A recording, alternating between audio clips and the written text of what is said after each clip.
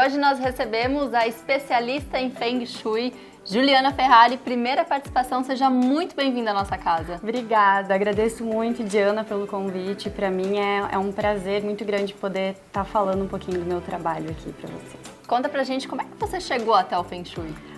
Então, eu sou formada em engenharia civil, na verdade, me especializei em design de interiores depois que eu me formei.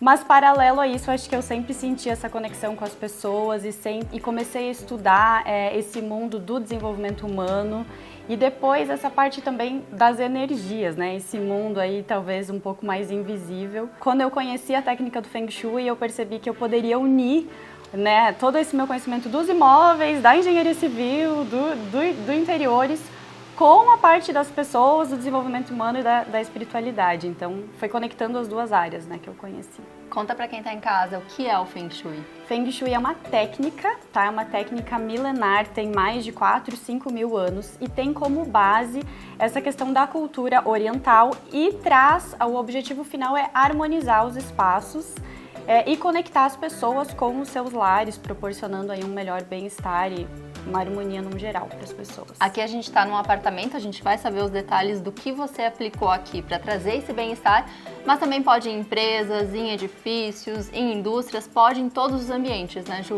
Isso, ele pode ser aplicado tanto, por exemplo, em imóveis que estão em fase de projeto, ou até mesmo na escolha do terreno, muitas vezes, e também num imóvel já construído, então, tanto que esteja passando por reformas, ou não, ou que a pessoa simplesmente queira, como é o caso desse apartamento, trazer uma decoração com um propósito. Então, um ambiente harmônico, de acordo com o Feng Shui, ele tem como base os principais elementos da natureza, que é a madeira, a terra, o fogo, o metal e a água.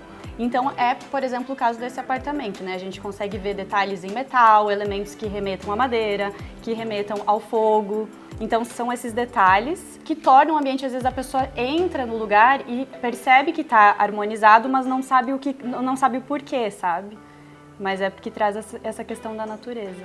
Ju, e a área social desse apartamento, o que ela traz? Sim, ela traz essa questão do trabalho, que no Feng Shui traz o elemento água, então a gente buscou trazer alguns elementos pontuais que remetessem à água. E a gente faz isso, por exemplo, através da cor azul ou preta, alguns objetos com uma textura ou com uma forma mais ondulada, né? Então tem esses quadros, essas questões no painel da TV também que a gente trouxe o elemento água, o fundo do oceano, essa fluidez, né? Tem toda uma explicação e todo um propósito que quando a Marília colocou os quadros, colocou a decoração na casa, ela se conectou com isso. Outra questão aqui na sala, nessa área social, foi trazer a vegetação.